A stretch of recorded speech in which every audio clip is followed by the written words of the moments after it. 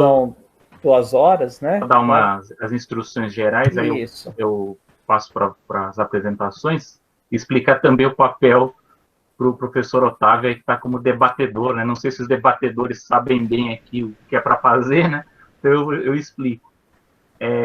Como a gente tem esse problema de também coordenar a parte técnica, né? Então o coordenador ficou meio que focado nisso de resolver, porque tem gente que não sabe o link para entrar, tal, então a gente fica nos bastidores cuidando disso, né?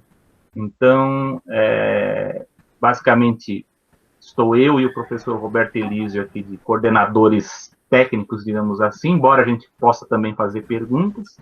E o debatedor aqui, no caso, o professor Otávio, a quem eu fico muito contente de estar aqui, que eu gosto muito dele aqui, dos posts informativos que ele faz, é muito bom vê-lo aqui. Basicamente acompanhar os trabalhos, e quando a gente chegar na fase dos debates, o que a gente pede é que você faça comentários, enfim, perguntas, e faça o meio termo aí nas perguntas do chat. Então, as perguntas que aparecerem no chat, que você olhar, na hora dos debates, você acaba tomando conta mais dessa parte. E, lógico, o professor Roberto pode fazer perguntas também, eu, enfim, e os apresentadores também podem fazer perguntas também. O nosso público também. O que a gente pede é para priorizar o chat, porque fica uma forma mais rápida de fazer perguntas, né? E agiliza um pouco a dinâmica. Eu só vou confirmar aqui, embora a gente já tenha testado aqui, então vai ser sessão temática. Agora o primeiro é Pedro. Sessão temática 5, não é? Então está o Pedro Brandão, muito bom vê-lo aqui. Pedro, também sou fã do podcast dele. A professora Grace Schneider, o professor Otávio Aragão, a Stephanie e o Marcelo Travassos, ok? Então, vocês 5 estão aqui. Então, são 15 minutos cada apresentação. Eu aviso quando estiver faltando uns 5 minutos. Pela tradição aqui das nossas 4 apresentações de ontem, o pessoal tem respeitado o tempo, né? Então, as apresentações estão bem dinâmicas. E aí, qualquer dúvida, vocês coloquem no chat aí. Qualquer coisa, a gente vai respondendo as dúvidas de vocês, tá bom? Não sei se o professor Roberto quer falar alguma coisa também aí para... Só dar as boas-vindas a esse segundo dia das Cyber Jornadas, né, e desejar que seja uma boa tarde de discussões, de apresentações e debates. Ok. Então, começamos com o Pedro Brandão. Vamos lá. Pessoal, boa tarde a todas e a todos. É um prazer estar aqui de novo. Já acho que é o 4º ou 5º ano consecutivo que eu participo das jornadas. Gostaria de estar, na verdade, nesse momento, numa sala fria de São Paulo, conversando e olhando a cara de vocês, mas é isso. A gente não escolhe a forma como a gente vive hoje em dia por causa dessa pandemia danada, mas vai passar e vai estar tudo certo um dia. Bem, gostaria de começar falando com vocês sobre a minha apresentação de hoje. Quadrinhos em Busca de uma Definição, na verdade, ela é um pequeno trecho recortado da minha dissertação, certo? A minha dissertação se chama Entre o Cinzel e o Pincel, as relações entre desenhos e fotografias em histórias em quadrinhos que narram a realidade. Ela foi apresentada no começo do ano passado, aqui na Universidade Federal do Ceará, onde eu sou mestre pelo programa de pós-graduação em comunicação. E, no caso, a professora Grace Schneider, que está aqui, inclusive, com a gente, fez parte da banca. Grace, é muito bom te ver de novo. E aí, no caso, eu vou apresentar um pequeno trecho, na verdade, um pequeno aprofundamento de um pequeno trecho que eu trouxe logo no início da dissertação, que é falando um pouquinho sobre as definições, conceitos e todas as consequências que advêm desse interesse, desse desejo de se ir atrás de uma definição do que é uma história em quadrinhos e, consequentemente, as consequências desse interesse, dessa conceituação, né? Essa vontade de fazer, na verdade, essa apresentação aqui para jornadas veio das primeiras orientações que eu estou dando como professor. Eu me tornei professor há 1 ano e meio de uma instituição aqui em Fortaleza chamada Universidade FANOR, a Unifanor, certo? Sou professor há 1 ano e meio. E nessa de ser professor, eu comecei a orientar os meus primeiros trabalhos de alunos, e eu percebi que há um grande interesse desses alunos querendo estudar sobre quadrinhos, dessa busca incessante pelo conceito do que diabo é história em quadrinhos. Assim. O que é história em quadrinhos? Eu preciso saber disso, eu preciso começar meu trabalho conceituando de uma forma acadêmica o que é uma história em quadrinhos. E disso eu já vinha desde as pesquisas do mestrado com esse interesse meio que desmistificar essa ideia de se procurar um conceito para necessariamente começar uma pesquisa sobre quadrinhos, e com as primeiras orientações desses trabalhos acadêmicos, foi que eu percebi de fato uma grande vontade disso, e o que eu chamo de um fetiche da conceituação, que acho que é o fetiche da definição, que eu acho que é problemática de certas formas, assim, é um interesse muito grande em definir o que é uma história em quadrinhos, que consequentemente traz vários outros, que é por si um problema, creio eu, mas que com o passar do tempo, com as consequências desse pensamento, outros problemas acabam vindo diante desse fetiche, disso que eu chamo de fetiche de definição, né? E isso veio muito da minha pesquisa, né, do mestrado, e principalmente inicialmente do trabalho desse pesquisador canadense chamado Orion Usner Kidder, e na tese de doutorado dele chamada Telling Stories About Storytelling, né, que ele fala sobre os quadrinhos metacômicos os metaquadrinhos, né, do Alan Moore, Neil Gaiman e do Warren Ellis, de 2009. E o começo do trabalho desse cara, do Orion Kidder, que eu acho fenomenal, assim, ele faz um apanhado de todas as pesquisas definidoras de conceito dos quadrinhos num primeiro momento, né? O comecinho do trabalho é isso, consequentemente nem o resto, assim, eu só esse trecho, porque eu acho que ele é bastante relevante, assim, para poder entender mais ou menos a discussão relacionada a isso, né? Aos conceitos de quadrinhos. E ele propõe que o grande número de pesquisas relacionadas à conceituação de quadrinhos, que procuram conceituar quadrinhos, dividem as abordagens em duas: a abordagem híbrida e a abordagem sequencial. Ele divide em dois grandes grupos: as principais pesquisas de quadrinhos, principais pesquisas conceituadoras de quadrinhos, e divide entre o grupo dos híbridos e o grupo dos sequenciais. O grupo dos híbridos, segundo ele, é o grupo que parte do senso comum. O senso comum inicial, que vem desde o começo das primeiras pesquisas, dos primeiros pensadores, das primeiras reflexões sobre histórias em quadrinhos, que quadrinhos são o hibridismo entre palavra e imagem. Em resumo, é isso. Ele parte disso. As primeiras teorias vêm desse interesse em conceituar o quadrinho a partir dessa reunião entre palavras e imagens, coisas que a gente sabe que não são definidoras de quadrinhos, né? Mas ele propõe que os pontos de vista híbridos tendem a ser comparativos, pedindo de empréstimo intensivamente teorias formais da pintura, poesia, cinema, enfim, dessas teorias que a gente inclusive, já leu aqui o livro do Barbieri, que são as linguagens do quadrinhos. Essa ideia de o quadrinho, a linguagem das histórias em quadrinhos, é em si uma mistura de diversas outras linguagens, e, consequentemente, as abordagens teóricas que procuram conceituar quadrinhos nessa abordagem híbrida pegam de empréstimo teorias desses vários outros campos teóricos, que são cinema, teatro, literatura e etc. Enquanto o ponto de vista sequencial é uma definição menos logocêntrica, ou seja, menos focada na ideia da palavra, né?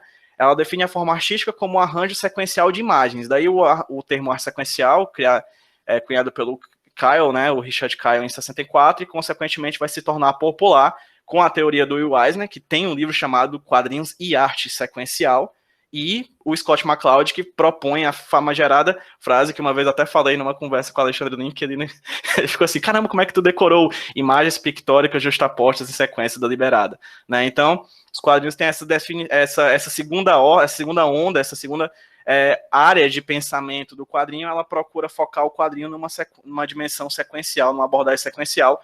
E outros teóricos, inclusive anteriores ao Kidder, como o Aaron Meskin, em 2007, já tem um artigo chamado Defining Comics, uma pergunta, que fala que as definições existentes sobre quadrinhos são insatisfatórias por um sem número de razões. Suas maiores falhas são a incapacidade de compreender a especificidade histórica do meio quadrinístico. Ele já propõe ali que, na verdade, quando você tenta caracterizar quadrinhos como uma linguagem híbrida e, por sua vez, o quadrinho como linguagem sequencial, necessariamente, dentro do universo dos quadrinhos, alguns trabalhos já vão questionar isso. Nem todo quadrinho é híbrido de imagem e palavra, nem todo quadrinho é sequencial, basta ver os quadrinhos abstratos, né, os quadrinhos não sequenciais, não narrativos, né?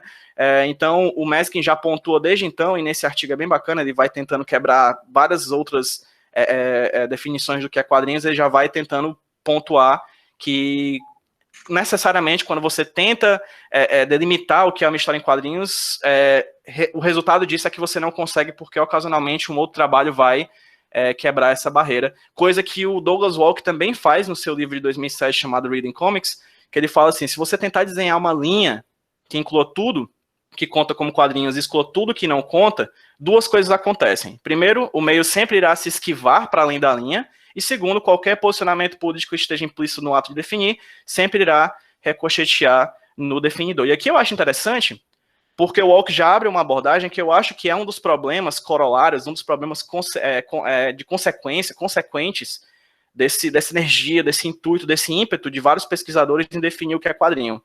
Porque ele já cai necessariamente numa dimensão que é um problema histórico, né? O Meskin já aponta isso, né?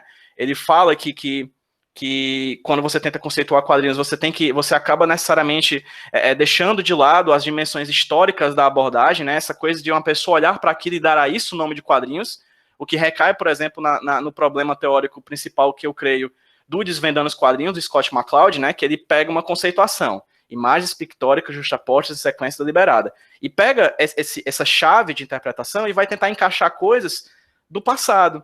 Ele vai lá para o Antigo Egito, ele vai lá para os astecas, ele vai lá para os incas e diz, isso aqui é quadrinho. O que, convenhamos, não é. Né? Ele retira completamente a dimensão histórica que se abarca necessariamente na criação de um novo tipo de linguagem artística, que é essa linguagem artística de quadrinhos, que advém, né, eu costumo nem dizer que os quadrinhos nascem, mas na verdade eles se desenvolvem, eu tiro a palavra nascer e digo se desenvolver no século XIX e consequentemente, com a sua consolidação no século XX. Né? E outro problema que recai em cima disso, creio eu, é que o Douglas Walker ele aponta que recai na pessoa que propõe a conceituação, é necessariamente uma dimensão até certo ponto nacionalista. Né? Porque o americano vai dizer que o primeiro quadrinho é o dele, o francês vai dizer que o primeiro quadrinho é o dele, o japonês vai dizer que o primeiro quadrinho é o dele, o italiano vai dizer que o primeiro quadrinho é o dele, e o brasileiro vai dizer que o primeiro quadrinho é de quem? Sim, do americano, porque grande parte das teorias aqui, principalmente do Brasil, assim, a gente tem inclusive vários trabalhos teóricos no ano de 1995, comemorando o centenário dos quadrinhos a partir da ideia de que o primeiro quadrinho mundial foi o Yellow Kid de 1895. Então, a gente tem eu proponho exatamente deixar de lado essa conceituação, porque essa conceituação necessariamente, consequentemente, cai numa necessidade de se dizer, se a gente tem aqui todos esses artefatos que fazem o quadrinho ser quadrinho, o exercício em sequência é você voltar no tempo e tentar achar alguma coisa que se encaixa nisso. E aí cada país vai puxar para sua sardinha o seu primeiro quadrinho, né? E aí eu sempre proponho muito isso e gosto muito da introdução, por exemplo, do livro Imageria, do Rogério de Campos, né? Caso você já tenha lido, eu acho o início desse livro muito interessante, que ele parte da ideia do Yellow Kid. Ele faz assim, o Yellow Kid, em 1895, foi o primeiro quadrinho da história, porque ele trouxe balão, isso. Só que ele é o primeiro quadrinho da história. Seria uma pena se o primeiro quadrinho da história não tivesse sido lançado 2 anos antes, usando os mesmos elementos do Yellow Kid. O que seria uma pena, porque esse quadrinho também não é o primeiro quadrinho da história. E aí toda a introdução do livro é ele fazendo uma introdução irônica a essa ideia de conceituar o que é o primeiro quadrinho da história, né? E aí ele vai e diz que se esses tipos de elementos aqui dizem que o primeiro quadrinho é o Menino Amarelo, então 2 anos antes esse elemento já estava em outro quadrinho. E 3 anos antes já estava em outro. E 2 anos antes em outro. E voltando no tempo, você vai ver que, na verdade, os elementos visuais, narrativos, estéticos, culturais, que a gente chama de quadrinho, na verdade estão espalhados em vários anos diferentes. Dificilmente você vai encontrar um criador, um fundador, um primeiro quadrinho. Porque, diferente de outras linguagens, como a do cinema, a gente não tem um aparato tecnológico e desenvolve necessariamente, tipo o cinematógrafo, que, por sua vez, já é, inclusive, uma deliberação do que é cinema, né? Alguém disse, é por causa desse elemento tecnológico aqui que o cinema começou. Então, o quadrinho não tem muito disso. Eu lembro muito, como a minha pesquisa foi sobre quadrinhos e fotografia, eu lembro... Oi. 5 minutos, só para... Tá, vou correr aqui, tô correndo que nem esse locomotivo chegando na estação. E aí, no livro O Olho Interminável, do Jacques Almond, né, a gente tem o que ele fala sobre a primeira exibição do primeiro filme, né, da história do cinema, que é a chegada do trem à estação dos Lumière, né, que na verdade acho que fica meio assim o primeiro exibido, né, e aí ele fala nesse livro que as pessoas, quando viram esse filme, tem aquela clássica história de que quando elas viram o trem chegando na tela, elas se levantaram assustadas, né? E algumas correram do café, e o Almonte aponta que isso, na verdade, é, de certa maneira, uma mentira, é uma ficção, um mito, né? Uma história mítica desse momento fundador do que a gente chama de cinema, uma criação mitológica em torno desse... Porque as pessoas não ficaram com medo, assim, elas podiam ter ficado assustadas, mas não chegaram a esse ponto, ele propõe isso. E aí o que eu proponho com isso, de certa maneira, é que quando você cria um Yellow Kid, quando você aponta para um inicial, quando você dedica certo tempo, inclusive acadêmico, a pesquisar o que é uma conceituação e, consequentemente, o que é o primeiro quadrinho, você está dedicando certo tempo à criação da forja de um mito.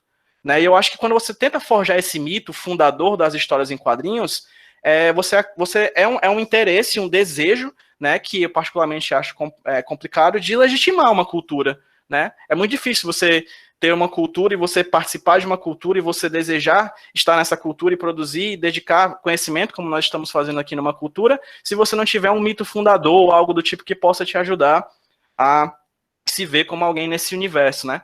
Então, eu trago uma aspa aqui, inclusive, do resumo que eu passei, que é assim, HQs não precisam de definição tanto quanto não precisam de um criador.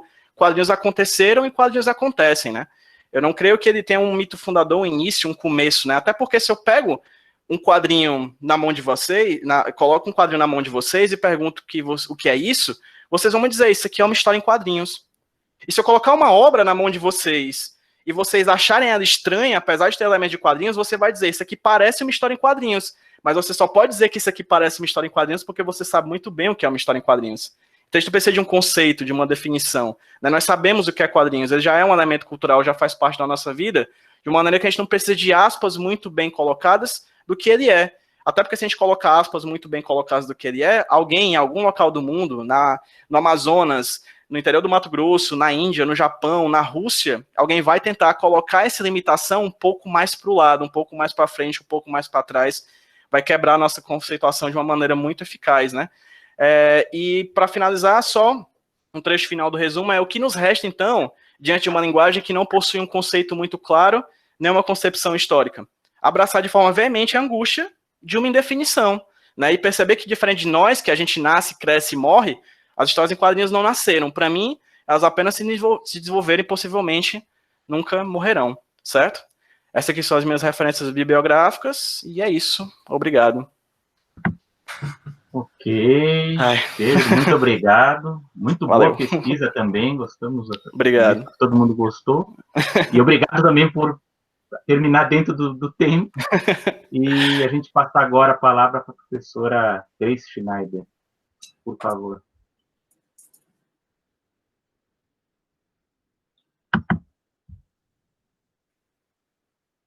Isso.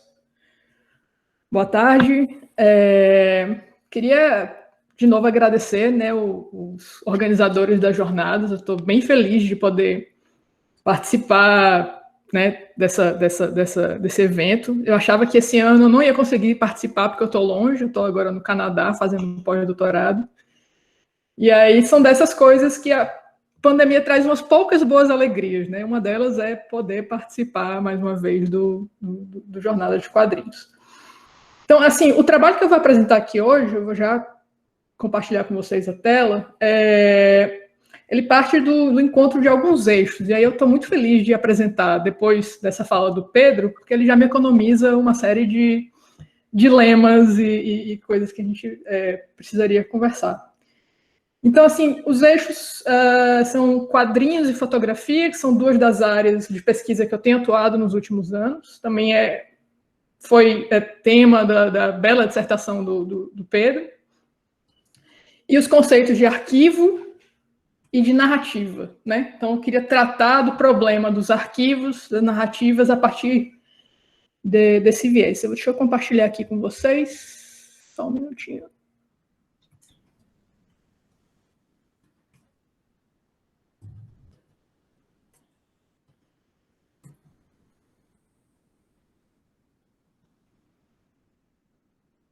Tá dando para ver aí?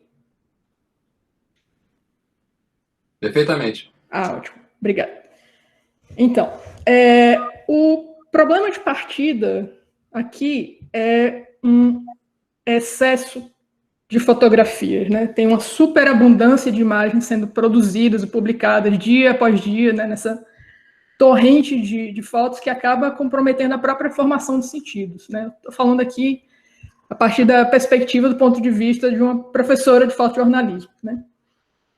Então, se tudo já foi fotografado, como é que a gente pode tentar administrar esses arquivos, esses bancos de imagens, torrente de imagens, organizando, sequenciando, arrumando essas fotos para criar um sentido e contar histórias, né?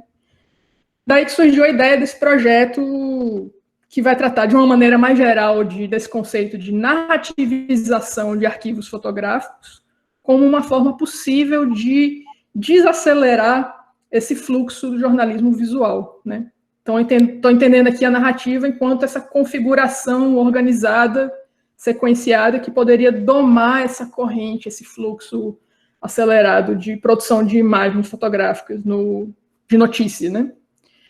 E hoje aqui nos jornais eu queria falar sobre como é que isso acontece nos quadrinhos. Daí, acho que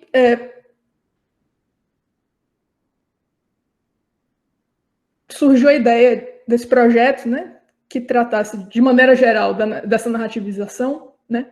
Mas o primeiro ponto importante aqui é essa relação íntima entre quadrinhos de um lado e narrativa, né? Quadrinhos e arquivos fotográficos. Tem algo no próprio processo de produção de quadrinhos que os tornam especialmente apropriados para ativar arquivos narrativamente. Então, a relação entre quadrinhos e arquivo, né, é algo que já vem sendo bastante explorado nos estudos de quadrinhos. O Jared Garner vai falar de uma virada arquivística na narrativa gráfica contemporânea. Ele está preocupado mais com os arquivos enquanto tema, né?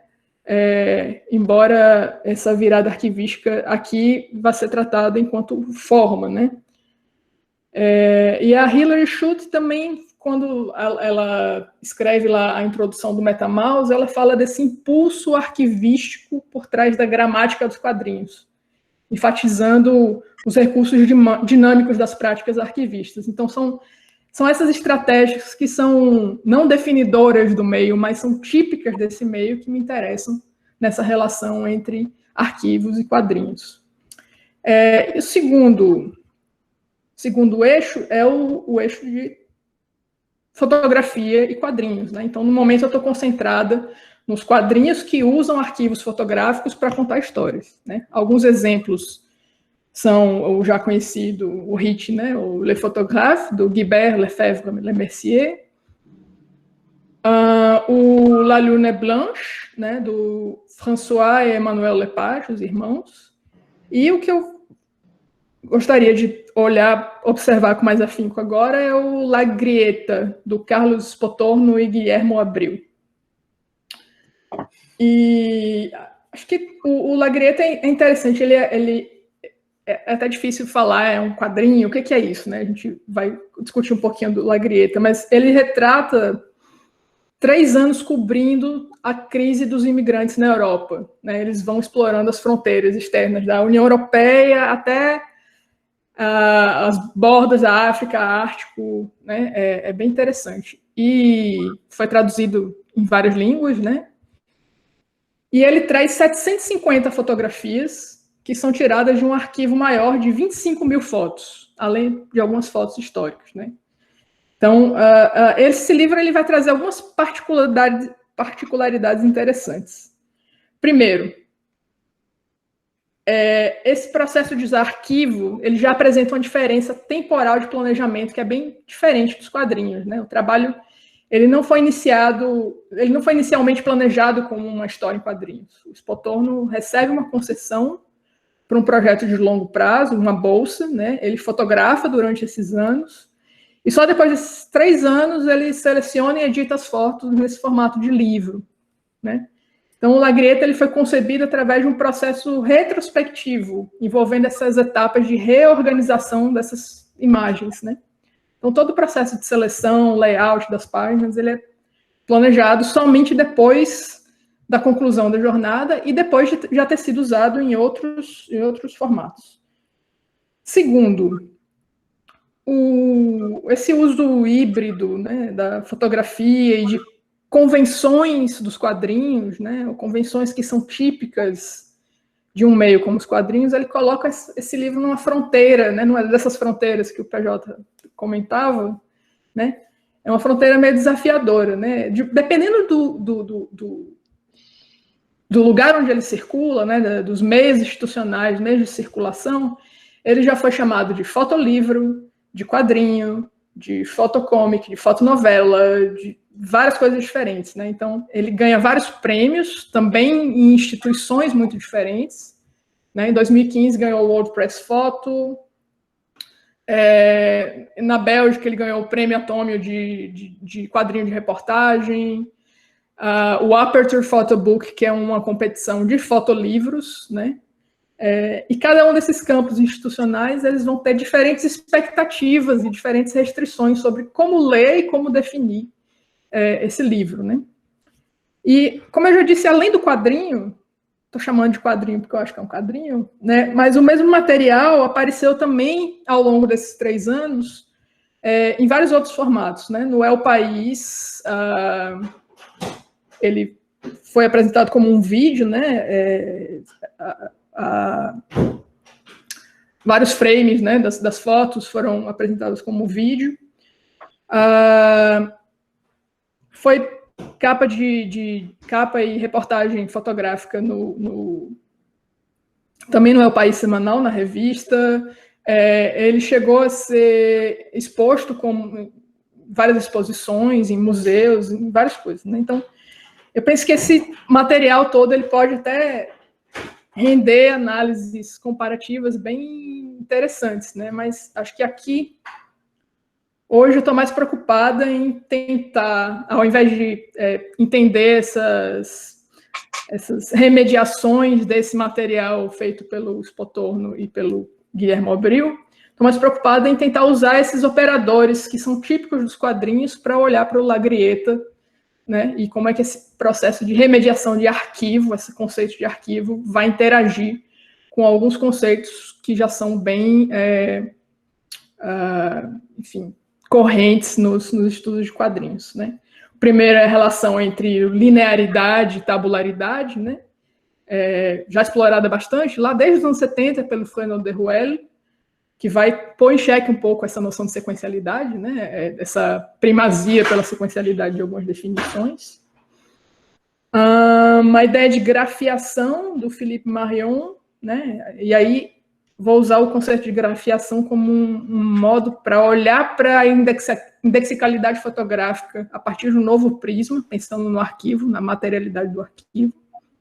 E, finalmente, a relação entre imagem e texto, que já é bastante discutida não só nos quadrinhos, né, a partir lá do Mitchell, né, mas aqui eu queria explorar um pouco o conceito de segmentatividade, né, que um autor chamado Brian McHale vai explorar bastante isso na poesia, e eu acho que os quadrinhos funcionam, eles vão tentar particionar o texto de uma maneira bem parecida. Então, vamos lá. Primeiro, a linearidade, tabularidade, né? O primeiro aspecto. Acho que aqui o importante é a coexistência de várias imagens fotográficas em um mesmo espaço. E aí a gente tem uma visão sinóptica, uma consciência global da página, que não é muito comum, por exemplo, nas galerias fotográficas jornalísticas que a gente costuma achar, né? E aí os quadrinhos são reconhecidamente esse meio tão rico para explorar complexidades específicas do arquivo, né? Então, todos os princípios arquivísticos de seleção, ordenação, legibilidade, né?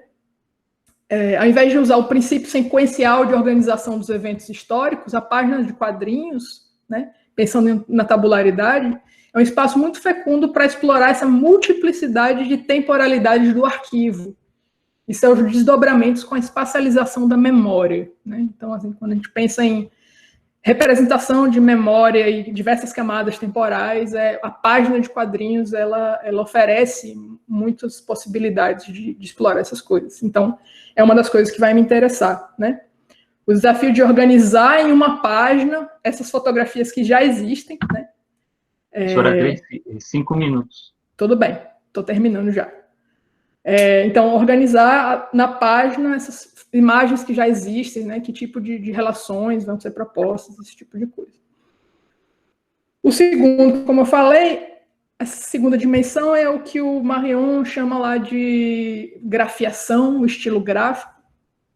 E é importante lembrar que aqui a gente não está tratando de fotografia desenhada, como é o caso de muitos dos exemplos trazidos lá pela Nancy Pedre, que vai trabalhar muito com fotografia em quadrinhos, né?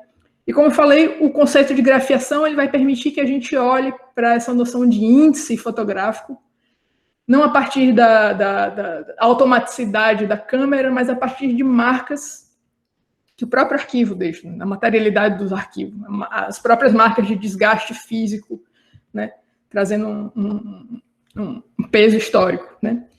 E uma das coisas que mais me chama a atenção no La Grieta é que as fotografias elas são deliberadamente alteradas, né, com uma tentativa de fazer com que elas pareçam assim como se fossem desenhos, né?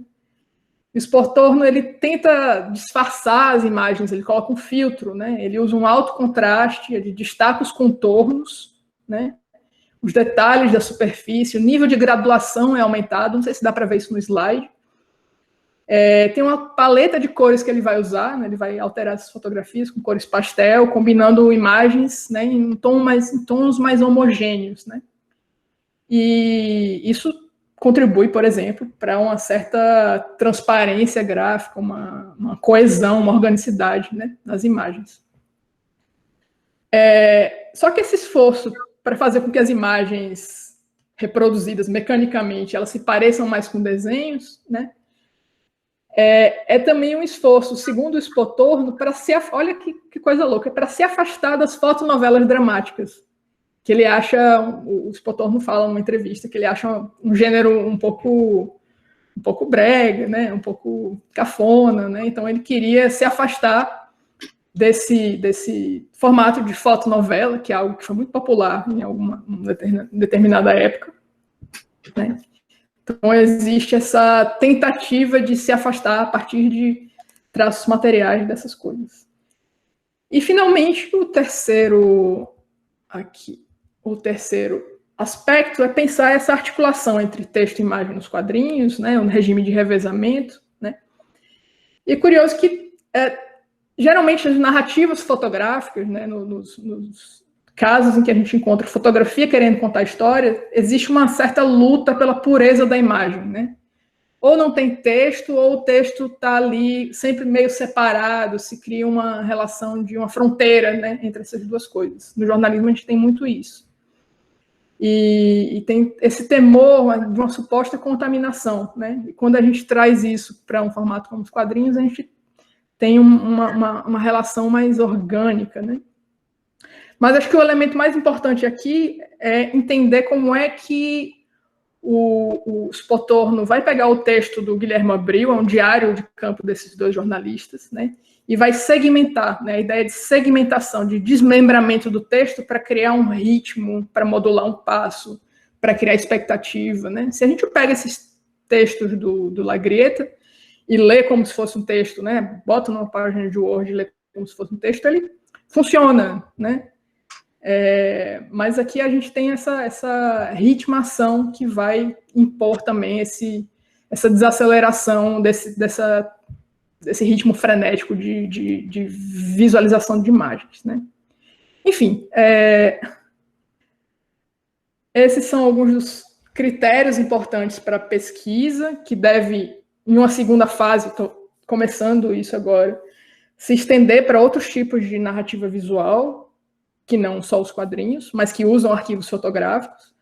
E a ideia aqui era apresentar algumas potencialidades dos quadrinhos como uma das formas de frear esse fluxo, né, incessante de produção de imagem, entender o jornalismo visual como algo mais amplo, mais rico do que, por exemplo, aquelas galerias fotográficas que a gente costuma encontrar nos jornais, né? Então, assim, acho que os quadrinhos oferecem bastante campo, bastante solução para isso. E, para finalizar, se alguém tiver interesse em fazer mestrado sobre quadrinhos ou narrativas, eu queria anunciar que estou muito contente que hoje estão abertas as inscrições para a seleção de mestrado lá da Universidade Federal de Sergipe, onde eu faço parte. Então, se alguém tiver a fim de estudar essas coisas, é só entrar em contato, tá bom? É isso. Ok, muito obrigado, professora Grace. Que bom, né, que pelo menos com a tecnologia a gente pode receber, né, os pesquisadores de longe, principalmente o pessoal aqui do Brasil, no Nordeste, no Norte, aí que sempre, né, reclama que não consegue, às vezes, vir para São Paulo, né, mas a gente também sente falta também do evento presencial. Muito obrigado pela sua apresentação. A gente passa agora para o professor Otávio Aragão. Oi, tudo bem?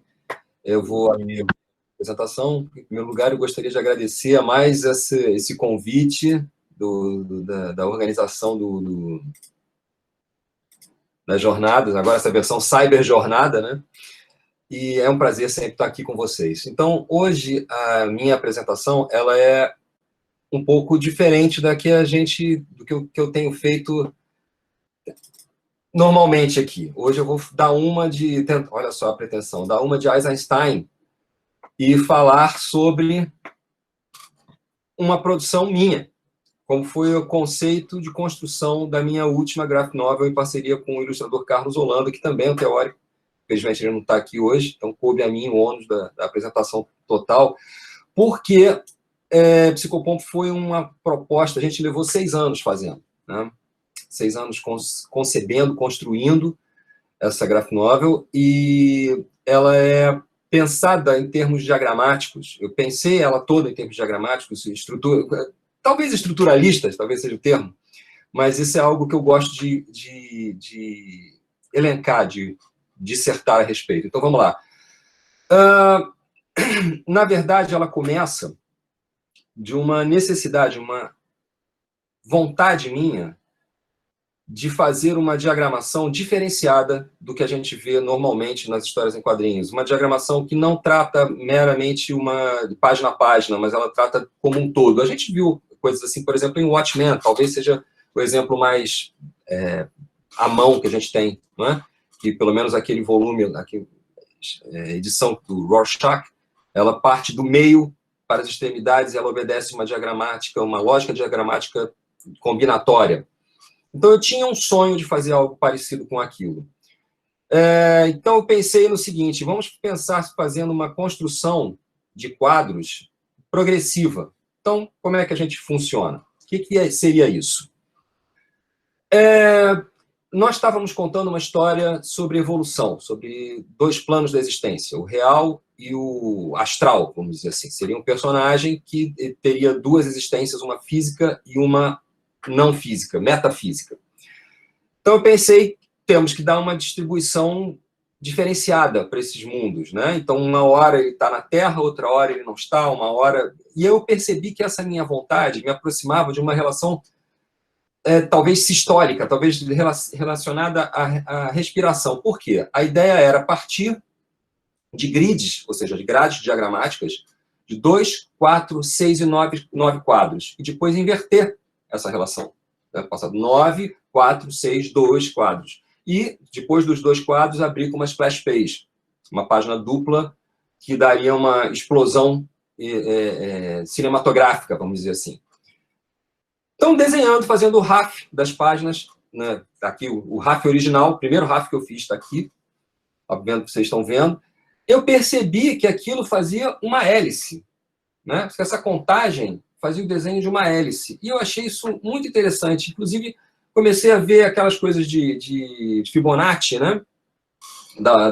E comecei a relacionar com o bater da asa da borboleta. Comecei a fazer umas viagens assim absolutamente insanas e filosóficas. E hoje o caminho é por aí. Porém, a ideia da hélice diagramática, né, a diagramática helicoidal, que eu comecei a chamar isso aí, gerava uns problemas com o roteiro. Então, o que acabava acontecendo? A diagramação rígida batia com as necessidades do roteiro. Como, por exemplo, no momento em que você tem o antagonista contactando aquelas crianças que ele vai chamar para si. Então, vamos lá. Sem dar muitos spoilers sobre a história, essa história se passa numa comunidade, às beiras de uma comunidade no Rio de Janeiro, em que 2 grupos de crianças disputam um campinho de futebol.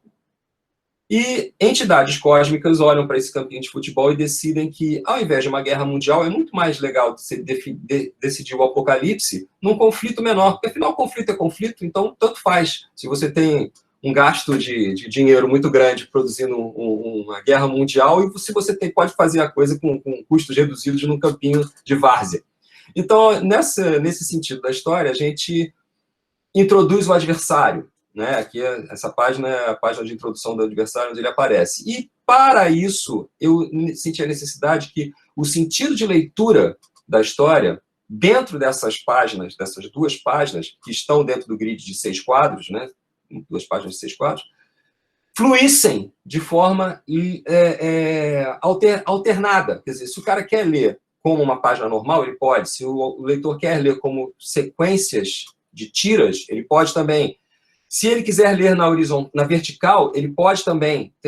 Isso deu uma trabalheira dos infernos, porque fazer com que os textos respondam de forma coerente uns aos outros, em determinado ponto específico, de ganchos visuais da página, não foi fácil. E nós ainda temos a dica dada pelo próprio personagem, que se coloca no centro da página, indicando que você pode fazer, dentro dessa parte da história, que é parte de uma hélice, você pode fazer uma elipse dupla de leitura, né? Você vai para cá, um símbolo do infinito, talvez. Você pode começar a ler, depois voltar e ler de novo. Ou seja, eu estabeleci que, né, aquele conceito básico, que o bom grid é aquele que quer contar uma história. O grid em si, ele quer contar uma história, ele quer estabelecer uma narrativa por ele próprio, sem sucumbir, isso vem do design, né? Sem sucumbir à própria regularidade. O Timothy Samara fala isso no livro dele, Grid, sobre grid, que é um livro muito bom, né? Eu recomendo.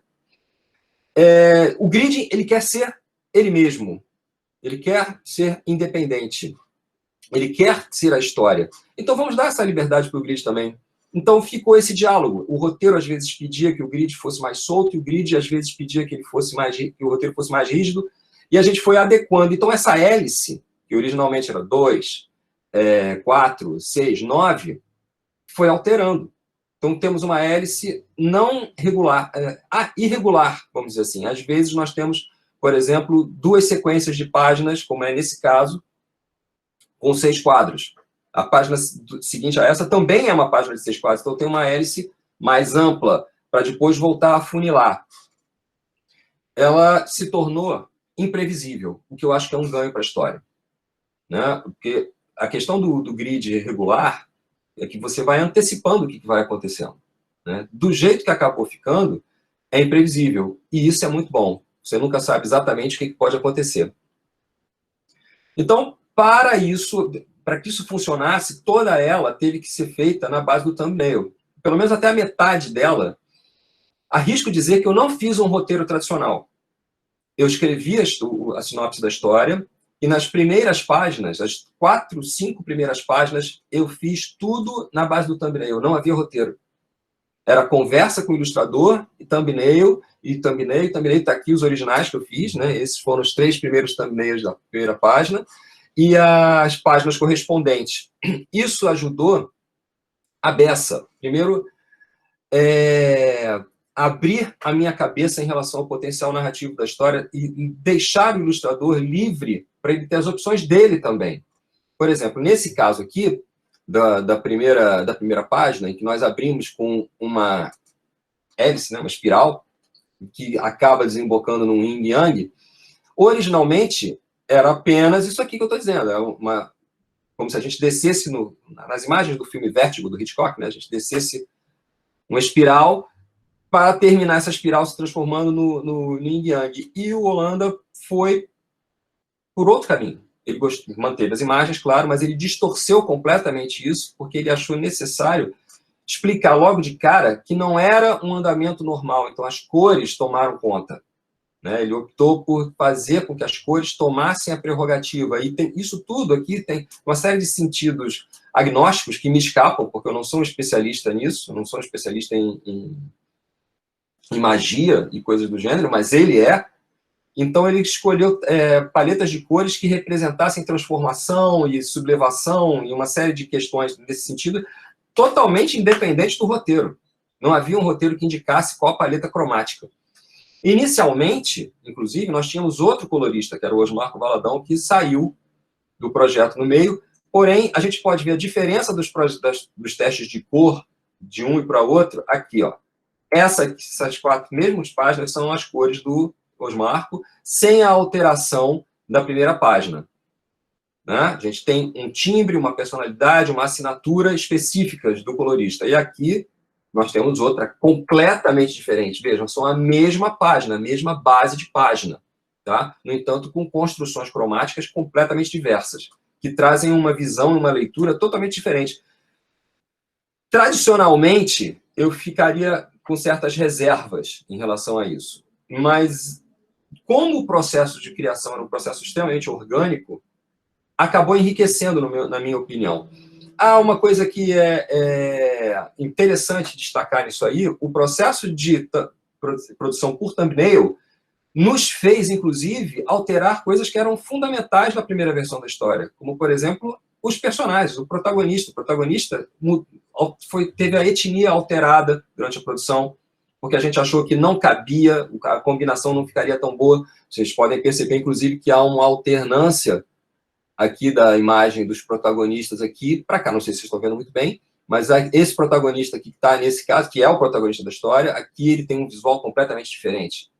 E a gente só pôde ver isso porque eu estava desenhando os thumbnails. Se eu tivesse descrito, certamente a coisa não ficaria tão fácil, tão fluida, tão rica para a discussão. Então, não há as primeiras páginas, as primeiras 5 páginas do roteiro não existem. O roteiro formal de Psicopompo, e aí muito formalista mesmo, só passa a existir a partir da 6ª página. Professor Otávio, 5 minutos. Já? Que rápido. Já. Vou acelerar. Então, mas mesmo no roteiro formal, eu notava ele de exemplos. Inclusive, aqui tem um belo exemplo de relações que eu fazia com poesia, com literatura e com artes plásticas. Tá? Sempre fazendo um pedido específico para a ilustração e sempre recebendo essa resposta. Então, a gente pegou a responsabilidade, como está dito aí, de antecipar estilos visuais e influências de diversos autores, o que deu alguns resultados muito enriquecedores, na minha opinião, como essas 2 páginas aí, que mostram a transcendência do personagem, quando ele é disputado pela morte e pelo lado astral. Né? Mais uma vez, as cores aqui imperam na narrativa. Elas trazem a atenção. E eu não tive qualquer ingerência sobre isso. Mas indiquei possíveis versões. Então, vamos lá. Para representar o mundo terreno, lápis 6B. Essa foi uma opção do artista que eu sugeri, mas que ele abraçou e que desenvolveu super bem, até para agilizar o processo. Porém, para o lado astral da narrativa, ao contrário. Um contorno definido, e a minha sugestão foi que se pegasse vitrais, a imagem de vitrais, como se a gente estivesse conversando com vitrais. E aí, essa alternância entre o estilo terroso, o estilo físico do que se passa no mundo das crianças, no mundo real, se alterna ou conversa muitas vezes com o estilo vítrico, né, vitrílico, que ganha o plano astral, fazendo um ritmo narrativo muito interessante, muito equilibrado. Vamos lá. Outra coisa que eu brigava muito é que eu dizia assim no roteiro: 4 quadros são 4 quadros, então eu quero 4 quadros. E o Carlos, na sua ânsia de ilustrador mesmo, ele dizia, às vezes 4 quadros são um quadro só. E aí cai na questão da linearidade e da tabularidade, que eu acho muito, muito ricas. Né? Você pode ver de uma forma geral, no plano geral, e me convenceu que em alguns momentos 4 quadros atrapalhavam, que era melhor ter um quadro só, uma ilustração, os 4 quadros funcionarem como uma ilustração única. Né, para depois se desenvolverem, e até ajudou a narrativa, a construção da narrativa. Quando a gente caía nas splash pages, né, a gente saía daquela miríade de quadros e abria na splash page, aí era o espaço do nitpicker, né, do sujeito, do fã, do ir lá procurar detalhes. Então a gente não economizou detalhe, inclusive em termos de estrutura arquitetônica, em termos de referências. Aí a gente abriu a carteirinha nerd e botou todas as referências possíveis e imagináveis nas grandes páginas duplas, né? Que eram exatamente as páginas que são feitas para assim, deslumbramento, elas vêm de um afunilamento e aí você abre no splash page, exatamente para criar o impacto de choque, né? Aí, na capa, por último, mas não menos importante, a capa. A nossa primeira capa focava num super close do protagonista, que é um dos quadros. Só que o Carlos, isso foi ideia dele também, não foi minha, não foi ingerência minha, eu teria ficado com a primeira capa e com o primeiro logo. Ele reformulou toda a capa e repensou o quadro da divisão. Ele disse, esse é o quadro mais emblemático da história, que tem que ir para a capa. E com a questão das cores também, né?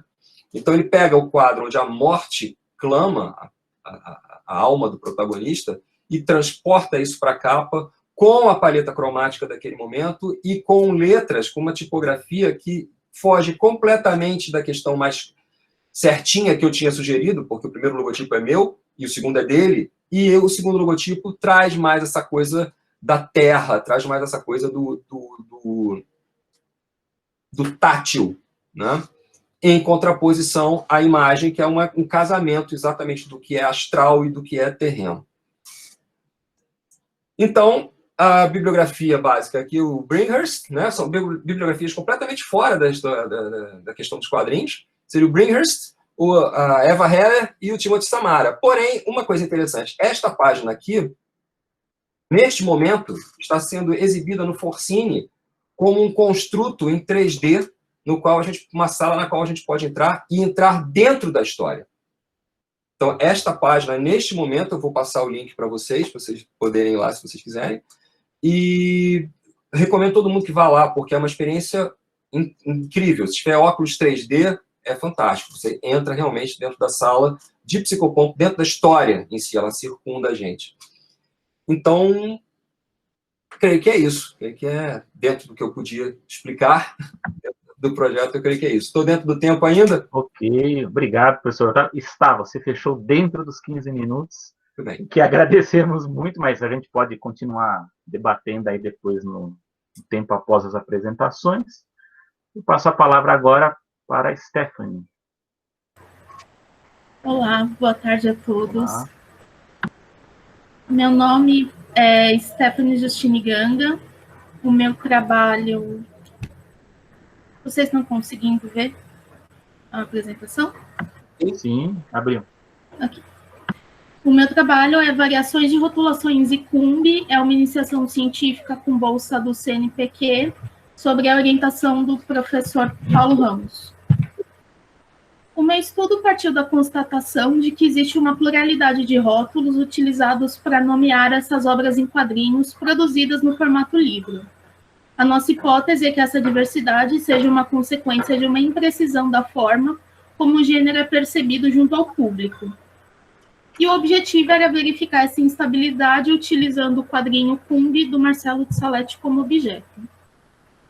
O Cumbi, ele apresenta a história de 4 escravos, né, histórias protagonizadas pelos escravos, retratando a luta dos negros contra a violência e sua busca pela liberdade durante a escravidão no Brasil colonial. Inicialmente, ele foi publicado via PROAC, que é o Programa de Ação Cultural do Estado de São Paulo, em 2013, e no ano seguinte ele ganhou uma edição ampliada pela editora Veneta, que é a edição utilizada nesse trabalho. Ele também recebeu edições em Portugal, Estados Unidos, França, Itália e Áustria, além de ter sido vencedor do Prêmio Eisner de 2018, que é o principal prêmio na área de quadrinhos. Ele também foi indicado ao Rudolf Dix Awards em 2017 na Alemanha, e o Marcelo de Salete venceu o HQ Mix de 2018. A minha fundamentação teórica ficou dividida em 3 temas centrais: o gênero, quadrinhos e os paratextos. Para o gênero, eu estou utilizando Bakhtin e Manguenot, dos quadrinhos Garcia, Gonçalo Júnior e Ramos e Figueira, e para os paratextos, o Genet. Eu parto da definição do Bakhtin de gênero, que seriam tipos construídos a partir de uma estabilidade relativa, e eu também tomo os quadrinhos como um hipergênero, que é um conceito utilizado pelo Manguenot e que, segundo Ramos, agregaria diferentes outros gêneros, cada um com suas peculiaridades. eu vou tratar especificamente dos gêneros instituídos de tipo 4, de acordo com a classificação do Manguenot, por eles terem uma relação problemática com a noção de gênero, e por se utilizarem de termos que afetam significativamente a percepção do objeto, segundo a classificação. Sobre os paratextos, o Genelli disse que são elementos que acompanham o texto principal, de modo a dar informações complementares, discutir ou até mesmo criticar a obra. Eles podem ser de dois tipos, dependendo da localização. O peritexto, que são elementos localizados dentro da obra, como o título, a capa, a ficha catalográfica, e o epitexto, que estão fora da obra. Os epitextos eles podem ser públicos, que são dirigidas para um público por meio de um intermediário, como entrevistas, releases, ou privados, que normalmente se dirigem a um confidente, como correspondências e diários íntimos. Nessa pesquisa, eu trabalho com peritextos e com epitextos públicos. Sobre a minha metodologia, eu coletei todo o material no mesmo dia, para que não houvesse diferença nas buscas, não houvesse nenhuma outra interferência. Eu utilizei o termo Cumbi Marcelo de Salete, não utilizei quadrinhos, ou livro, ou HQ, para não influenciar a pesquisa também.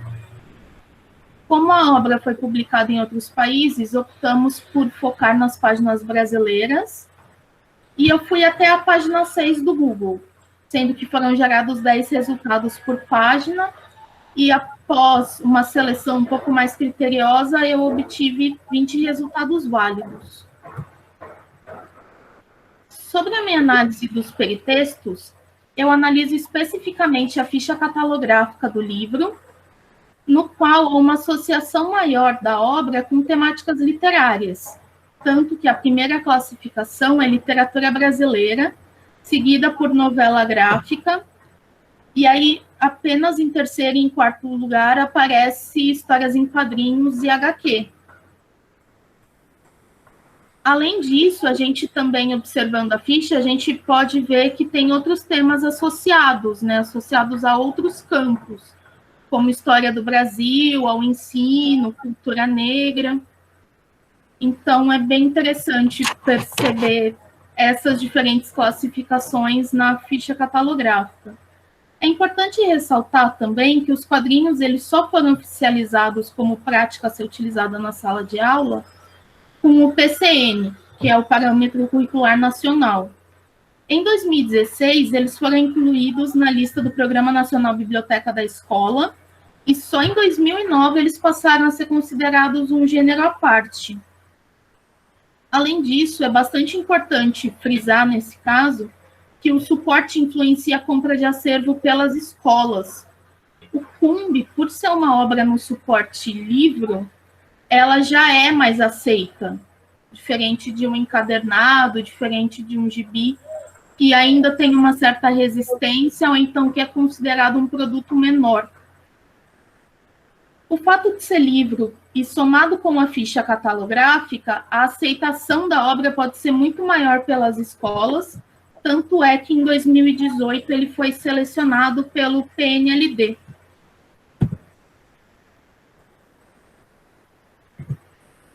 A minha análise das matérias, ela ficou dividida em 5 tópicos: local de publicação, tipo de texto, ano de publicação, rótulo da obra, ou seja, apenas rotulação indicada no título, linha fina e no chapéu.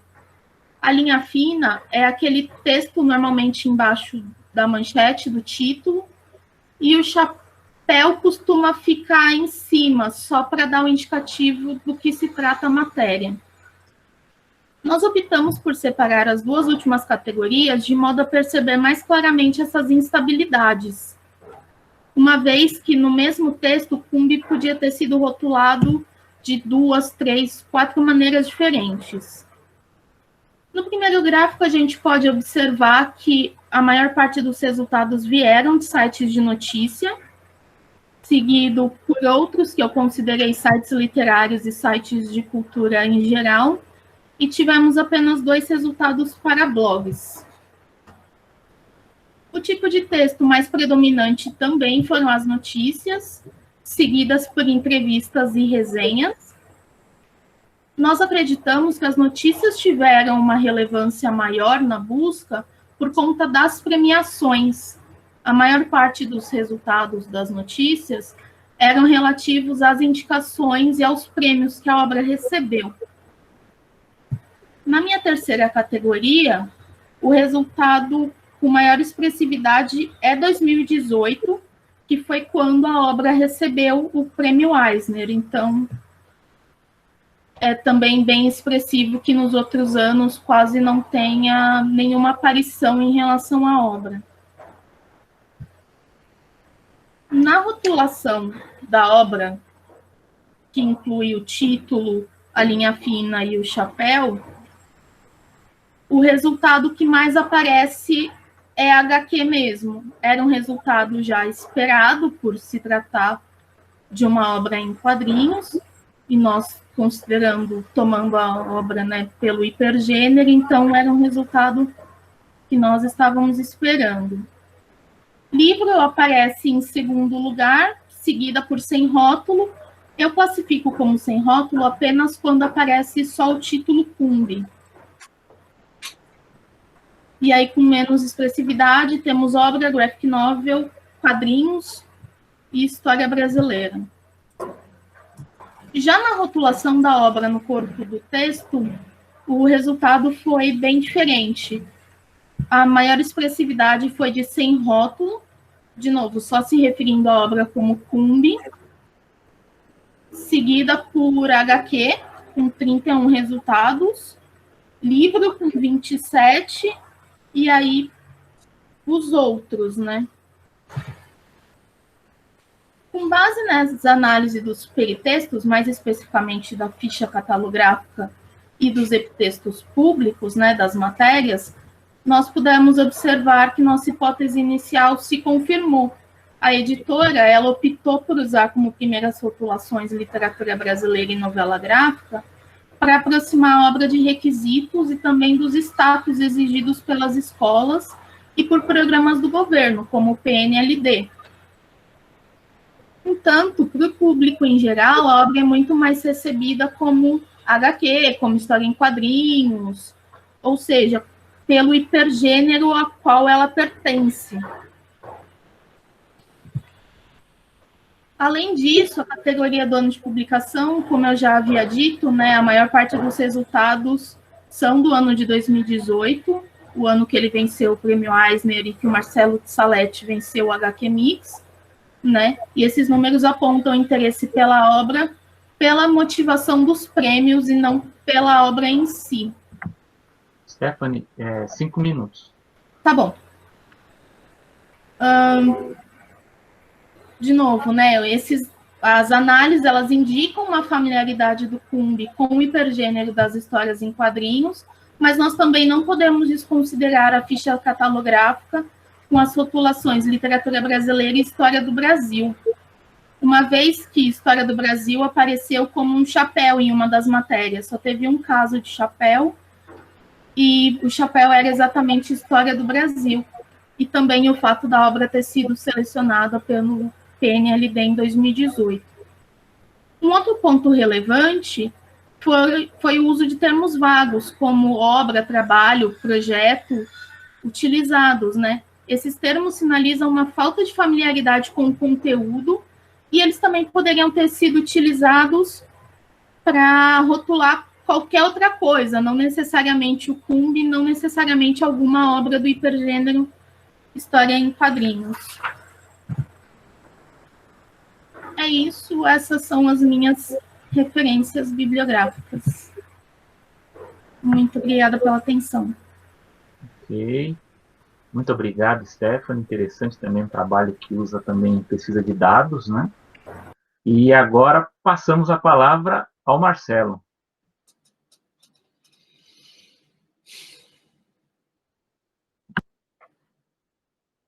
Marcelo? Está desligado lá. A ligar o microfone. Marcelo, liga o microfone. Agora Oi, sim. pessoal. Está me ouvindo agora? Agora sim. Beleza, é porque meu computador tem que umas permissões aqui. Um minutinho.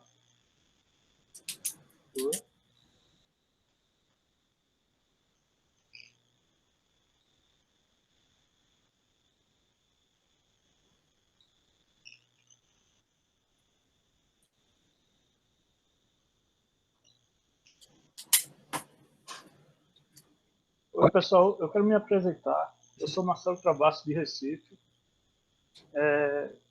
Eu pesquiso quadrinhos, eu gosto muito dessa área. Sou publicitário de formação e eu concluí ano passado o meu mestrado na Universidade Católica de Pernambuco sobre Superman. E eu apresentei ano passado na USP, achei bem legal. E esse ano eu estou aqui com vocês novamente. Aí o que foi que eu fiz?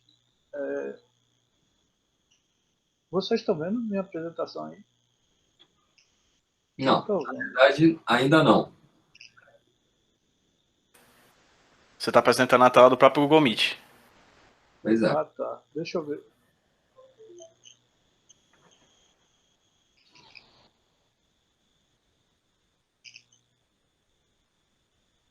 Agora sim. Agora sim. Bota aí no... Sim, bota aí cheio agora que dá certo. Beleza.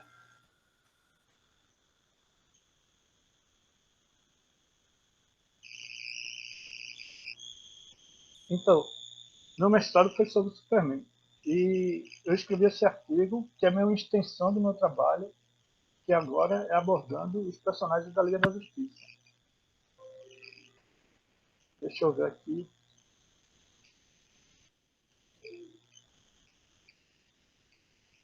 Enquanto ele abre... Bom, meu mestrado foi na área de linguística, né? Linguagem.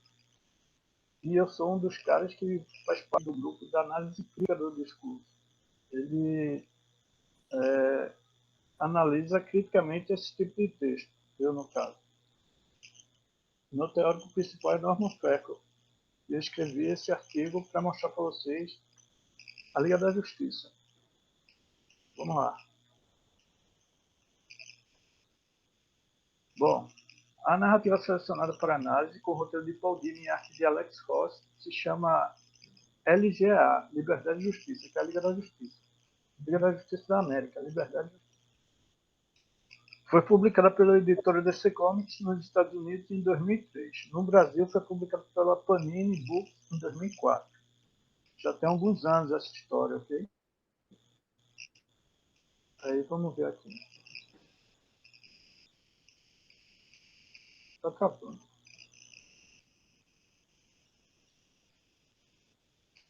Aqui é a minha teoria utilizada para análise. É o modelo tridimensional de Norman Freckle. Ele diz o seguinte: a análise começa no texto, passa pela prática discursiva e depois a prática social. É a concepção tridimensional, as três dimensões do referido teórico.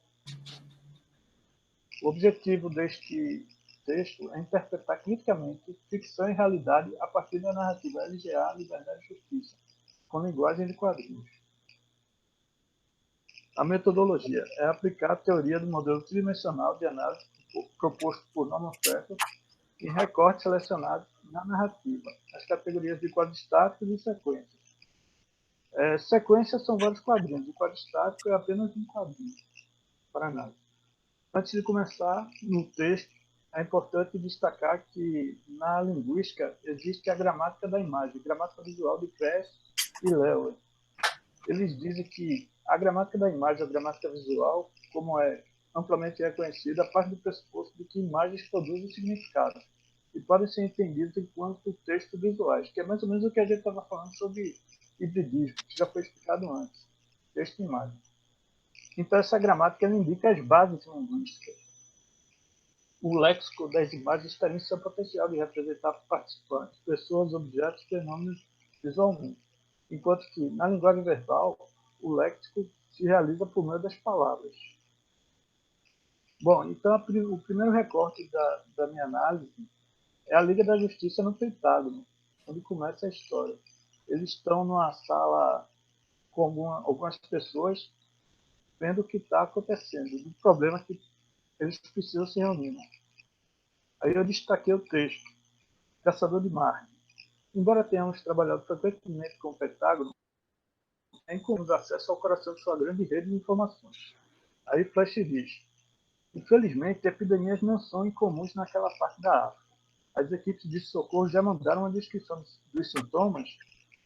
Aí o homem responde, não, o que quer que tenha atingido aqueles vilarejos também pegou os médicos que enviamos para ajudar.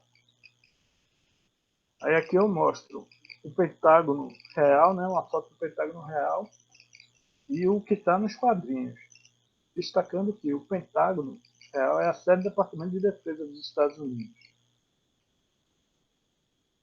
Aí os heróis vão para a África. Aí chegam lá Flash e o Caçador de Marte. Aí veja as imagens desse recorte aí, dessa sequência. Eles chegando e muitas pessoas no chão, como se já estivessem mortas, né? A roupa do Flash aí protegido com relação à epidemia. E no último quadrinho aqui a gente vê uma pessoa, um negro, no chão, pedindo de ajuda. Caçador de Marte diz o texto. Terrível. Pode dizer como todos eles morreram? Aí Flash responde. Examinei cada homem, mulher e criança e descobri uma coisa. Estão todos vivos, John. Conscientes e ainda respirando, mas virtuais prisioneiros de seus próprios corpos. Parece ter uma infecção viral, mas diferentemente de qualquer uma que eu já vi. Aí outro recorte que eu fiz. Mulher Maravilha conversa com a Lanterna Verde, Caçador de Marte e Flash. Aí o que eu destaquei. A Mulher Maravilha diz. O Pentágono diz que a notícia da epidemia está se espalhando. Pode haver problemas se os países vizinhos começarem a entrar em pânico. Não hesitem em pedir ajuda se precisarem. Os heróis dizem, faremos isso. Nesse quadro estático aqui é Superman conversando com o Caçador de Marte. Aí Superman diz, como Clark Kent, monitorei a cobertura da mídia sobre a epidemia. Com as dificuldades para se obter a verdade, vi rumores e informações incorretas começarem a sair do controle. O Caçador de Marte diz, senti a mesma coisa mais cedo no Pentágono. Embora o governo quisesse a ajuda da Liga da Justiça para resolver os problemas, vários oficiais começaram a temer que as forças externas tivessem provocado o desastre. Aí essa imagem também é interessante porque o Lanterna Verde isolou a área com campo de força. Aí resenha isolada pelo Lanterna Verde. Superman diz, nossa luta contra o vírus é séria, mas a nossa maior batalha pode ser contra a opinião pública. Essa sequência é legal também. Na Batcaverna, a Mulher Maravilha cuida de Flash doente, enquanto Batman conversa com o Atom, porque o Flash foi contaminado pelo vírus. E aí chamam o Atom, que é o herói que muda de tamanho, para tentar resolver o problema. Né?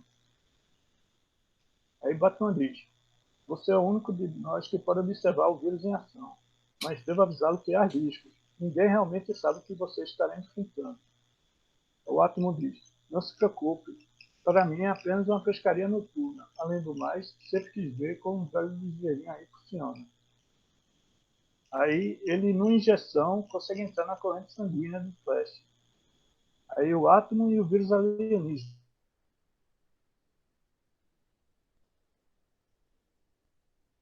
Aquele átomo diz, oh, lá vem ela. Aí Batman, o quê? Aí átomo, alguma coisa grande e feia, uma forma de vida subatômica completamente alienígena. Aí átomo, melhor mudar para formas. O ciclo reprodutivo dessa coisa é mais rápido do que qualquer outro animal unicelular que eu já não concluo. Essa sequência aqui eu acho muito importante, que é pessoas com medo. Aí tem elas aqui se agredindo, elas no supermercado, elas com tocha de fogo e elas assistindo televisão. Nessas imagens. Aí o narrador diz, ele explica as imagens. Com medo de que as nuvens de tempestade carregadas com o vírus alienígena estivessem se aproximando da América do Norte, muitas pessoas assustadas explodiram em fúria, ou egoisticamente lutaram uma com as outras por comida e suprimento, ou tomaram a justiça por suas próprias mãos, e assistindo a tudo, almas aterrorizadas procurando em toda parte algo que lhes devolvesse a segurança. Aí essa aqui é o último recorte do texto que a Liga da Justiça na reunião da ONU. Superman fala, Reconhecemos que o equilíbrio social que mantemos é delicado. Liberdade e ordem são ideais frequentemente em oposição. Enquanto tentamos manter um, o outro pode sofrer. E ontem, enquanto tentávamos manter ambos, fomos forçados a adotar medidas extraordinárias contra pessoas comuns. Se tivesse havido qualquer outra opção, nós já teríamos usado, mas fizemos o que julgamos necessário para salvaguardar vidas e propriedades. Aí, beleza. Acabou o texto, a dimensão do texto que eu selecionei. Né? Aí, prática discursiva. Lançado em junho de 2004 no Brasil, com preço de R$ 24,90, uma edição especial com 96 páginas. Seu principal discurso é de salvação, combatendo a epidemia, assumindo o discurso da OMS, que é a Organização Mundial de Saúde. Só ressaltando aqui que o preço de uma revista dessa, R$ 24,90, R$ 25,00 quase, a gente vê que não é uma revista para todos os públicos, né? Ainda na prática discursiva, a diferença entre surto e epidemia. O surto acontece quando há um aumento inesperado no número de casos de determinada doença em uma região específica. Em algumas cidades, a dengue, por exemplo, é tratada como um surto, e não como uma epidemia, pois acontece em regiões específicas, como um bairro. Epidemia. Uma epidemia irá acontecer quando existir a ocorrência de surtos em várias regiões.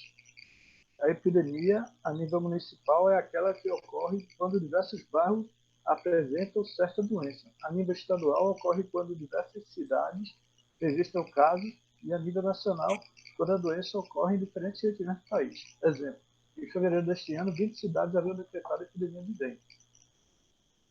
Esse é o discurso.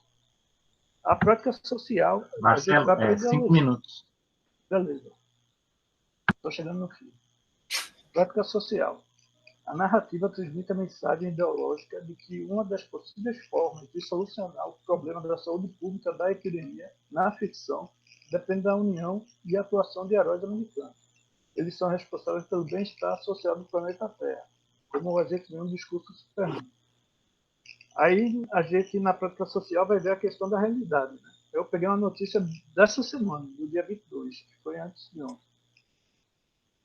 Foi publicado no site G1, né? O número de mortes por Covid-19 nos Estados Unidos chega a 200 mil, diz a universidade. Os Estados Unidos são o primeiro país a alcançar 200 mil mortes desde o início da pandemia. Em números absolutos, o Brasil é o segundo com mais óbitos, com mais de 132 mil. Aí a gente vê a questão da ficção e realidade. Considerações finais. A ficção e realidade se relacionam e o texto visual dessa narrativa é atual. Através da análise crítica do discurso, vários autores, entre eles Peckhoff, que foi o que eu utilizei, podem ser associados à Liga da Justiça. As referências que eu utilizei nesse artigo. E obrigado, pessoal, por assistir. Valeu. E palmas virtuais aí para todos os apresentadores. Muito obrigado, Marcelo. Parabéns a todos os apresentadores. Eu vou passar a palavra agora para o professor Otávio Aragão conduzir o debate, né? Todos vocês estão convidados a perguntar. Deem prioridade ao chat, né? E vocês respondem os apresentadores por vídeo, né? Por áudio. Caso precise de alguém ter uma explicação melhor, aí usa o vídeo, né? Mas todos estão convidados, incluindo o professor Roberto Elísio, ok? Aí eu volto para informar o tempo limite aqui, mais ou menos uma meia hora, ok? Dependendo da discussão aí. Então, professor Otávio. Bom, tudo bem? Obrigado. Agora eu vou assumir aqui.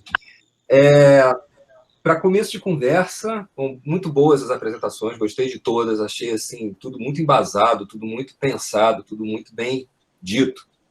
Mas vamos lá. Não, daqui sim. Pedro, oi?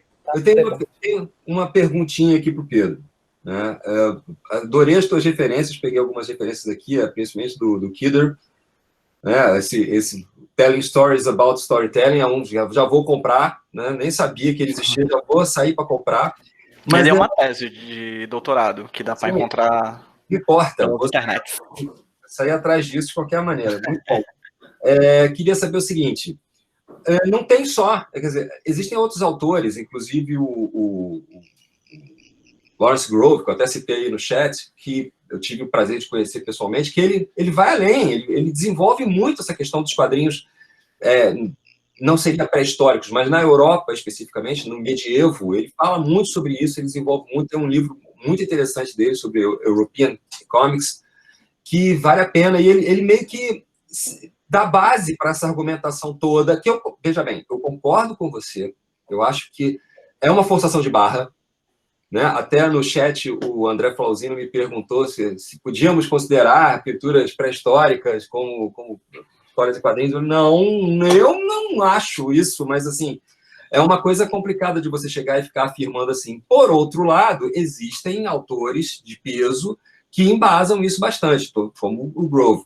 A minha questão é, como é que fica isso? Como é que você embasa a sua definição absoluta de não é e pronto, e quem vier com argumentações acadêmicas está errado e acabou? Como é que é isso? Mas é, na verdade, mais uma proposta de reflexão do que, de fato, uma definição autoritária do que é e do que não é, né? A minha ideia é muito mais de propor, na verdade, que a gente dê um passe adiante disso, sabe? Porque, como é que eu proponho? Eu acho que quando eu conversava, a Grace, inclusive na minha qualificação de mestrado, falou uma coisa que eu achei interessante. Uma vez eu escrevi uma parte que eu estava escrevendo sobre fotografias e quadrinhos, né? E eu propus que, quando você vê fotografias dentro de quadrinhos, você pode tratar aquilo tanto quanto quadrinhos que tem fotografia dentro, quanto fotografias que tem quadrinhos ao redor. Foi uma proposta de discussão que eu levantei lá na hora, e ela pôs assim, mas a gente tem que levar em consideração que existe toda uma dimensão cultural e social de que diz que aquilo é um quadrinho, não que é uma fotografia com quadrinhos ao redor. Então, quando o Meskin pontua isso e a Grace pontua na minha qualificação e o Walk discute sobre isso, é porque a gente não pode desvincular os elementos linguísticos que propõem o quadrinho da dimensão cultural de olhar para aquilo e dizer que aquilo é um quadrinho. Né? Porque quando a pessoa pinta as cavernas de Lascaux ou faz imagens pictóricas em sequência numa parede de igreja no século XV, ou faz a Via Crucis de Jesus Cristo numa igreja aqui no século XVIII, ele não está fazendo aquilo dizendo, pô, isso é quadrinho. Né? Não é quadrinho. O quadrinho ele vai se desenvolver como conceito no decorrer do século XX, basicamente, assim. No século XIX já tem algumas opções, algumas ideias, né? O próprio Topfer, quando ele vai fazer as primeiras obras dele, chama aquilo de literatura de estampas, né? Literatura em estampas. Então, assim, é uma proposta muito mais de eu estava conversando com o Liber Pais, que é um teórico também, que uma pessoa que já participou várias vezes aqui das jornadas, semana, no podcast, que inclusive sai semana que vem, e aí ele falou uma coisa que eu achei interessante. De fato, de ficar discutindo sobre essas questões relacionadas a quadrinhos, o que é quadrinhos, qual é o primeiro quadrinho, etc., academicamente, são coisas que, a meu ver, particularmente, não agregam tanto numa pesquisa de graduação, por exemplo, né, ou coisa do tipo, ou numa pesquisa acho que é um peso, eu, né, particularmente estou propondo isso, como uma espécie de âncora, que a gente pode deixar já para trás, não precisa disso.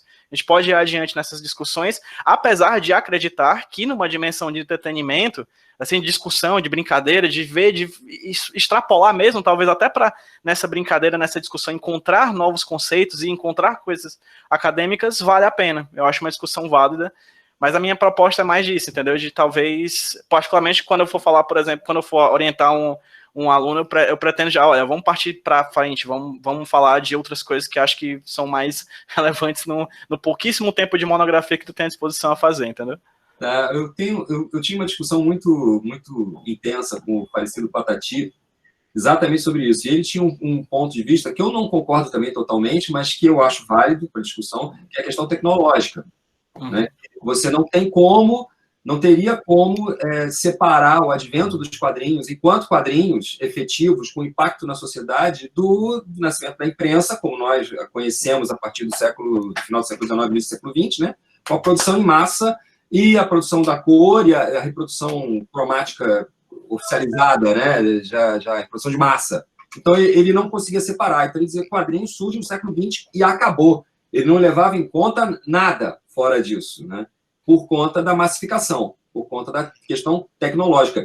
De certa maneira, isso que você fala tem a ver. Né? No momento em que você fala da nomenclatura que o Topfer dava, que realmente é estampa, quando ele fala em estampa, ele também está fazendo uma colocação tecnológica. Né? Ele está falando da lito. né? Está falando dos processos de gravação e estampagem. Então, também está ligado a uma questão tecnológica. Será que essa relação tecnológica de possibilidade de reprodução talvez não fosse um caminho mais inteligente para seguirmos na hora da gente tentar uma nomenclatura nesse sentido, ou pelo menos traçar um histórico nesse sentido, que talvez facilitasse a vida da gente? A tecnologia, acho que ela está em torno de, na verdade, de todas as linguagens artísticas, né? Eu acho que a gente fala muito do quadrinho, que a gente está numa evento de quadrinhos e tudo mais, mas eu acho que ela se vincula tudo isso. Até a própria, se você pensar... eu não costumo desvincular tecnologia de cultura, de sociedade, enfim, tudo para mim está muito bem ligado. Então, sei lá, se você pensar que o teatro grego vem de uma criação tecnológica, de um ambiente de reverberação, de voz, etc. Então, meio que essas coisas... De imersão, isso, de narrativa, de corpo, né? O corpo posto como objeto de cena, como mise-en-scène, né? Então, acho que toda linguagem advém de um desenvolvimento tecnológico, que, por sua vez, advém de um desenvolvimento cultural, que, por sua vez, advém de um desenvolvimento social e econômico, né?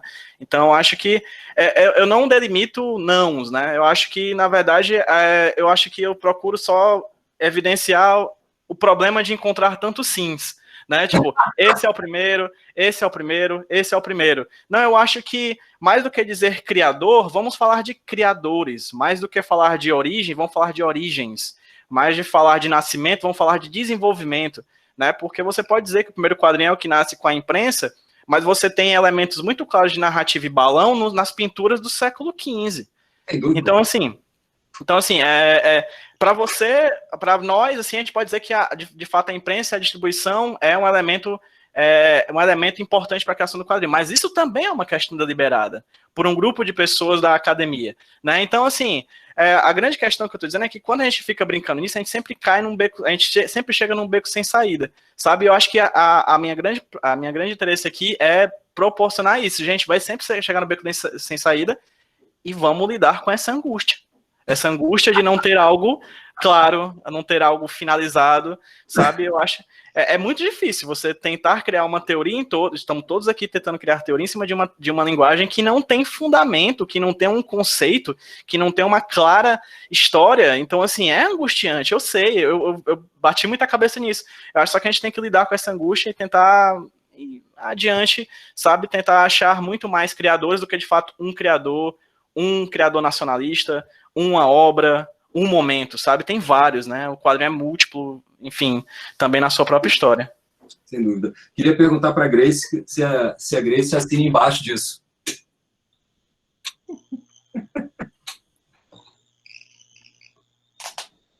Não estamos ouvindo, Grace. Não estamos ouvindo, não. Pronto, agora estão ouvindo? Sim. Você assina embaixo disso, Grace? Tava falando que eu estava doido para entrar na conversa. Por favor. Não, eu concordo com o Pedro. Eu acho que essa busca por uma ontologia dos quadrinhos ela é um sintoma de todo início de qualquer campo, né? Os quadrinhos, no cinema, né, na arte, né? Então, existe uma tentativa, quando tem uma formação de um campo de estudos, de todo mundo se esforçar para até delimitar, para dizer, olha, isso é legítimo, né? Sim. E depois de um tempo, né, essa necessidade de se afirmar do que estamos falando, né, do que esse campo se ocupa, né, ela vai sendo substituída com o amadurecimento do campo por outras questões. Então, assim, o que eu comentava com o Pedro desde lá da qualificação é assim, será que nos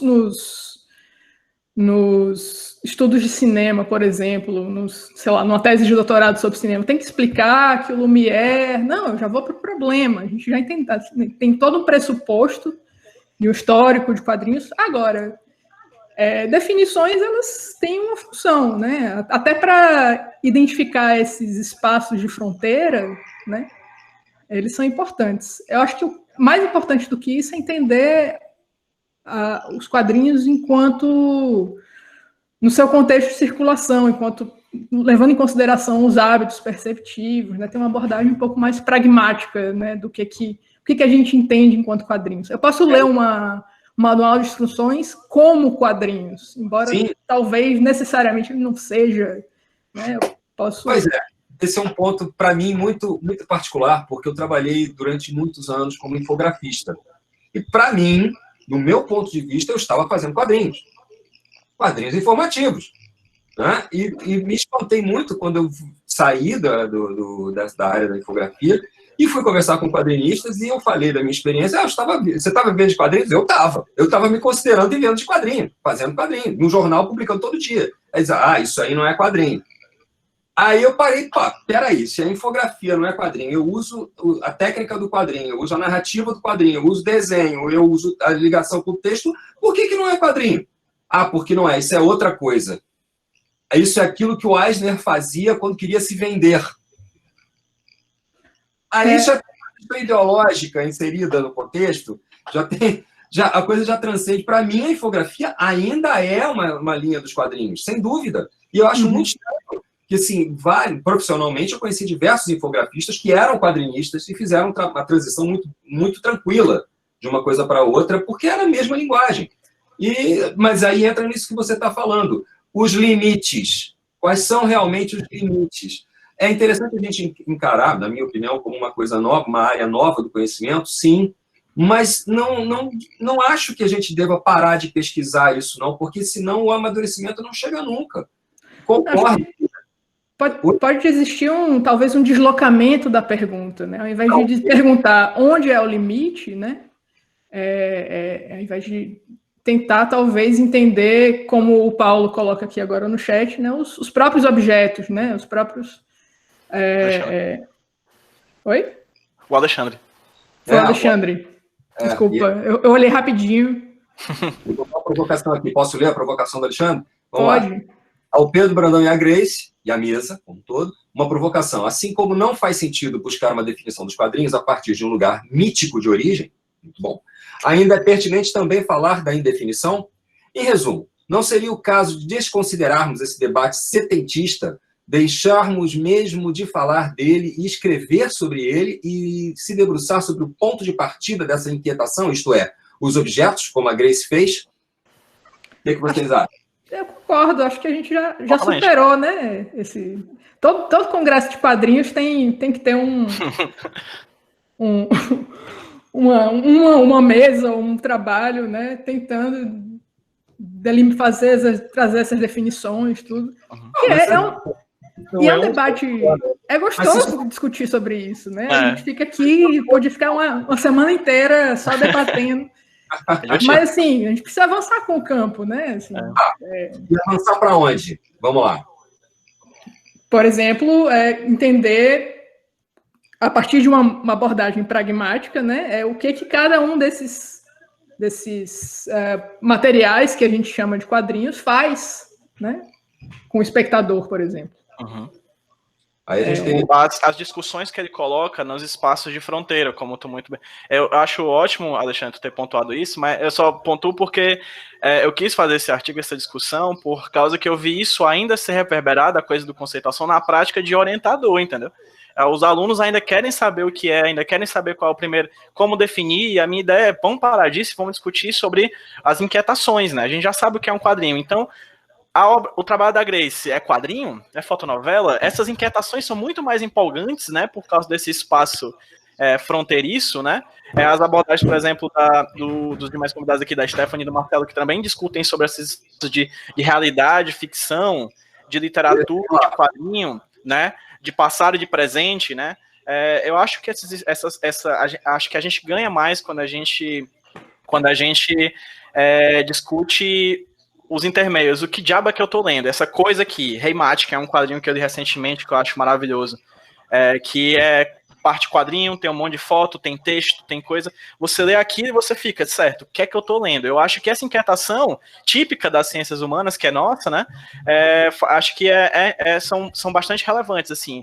E aí eu quis trazer só essa coisa da indefinição até para ser uma nova perspectiva, já que fulano acha que o primeiro quadrinho é esse, fulano acha que o primeiro quadrinho é aquele, eu digo, rapaz, não tem primeiro quadrinho, não existe. Eu acho que esse é o interesse, incomodar, sabe? Trazer um incômodo para a gente poder perceber que talvez hoje, 50, 60, 70 anos depois das primeiras teorias sobre quadrinhos, a gente deva parar e sentar, na verdade, sobre as coisas que a gente não sabe mais nem se é quadrinho ou não.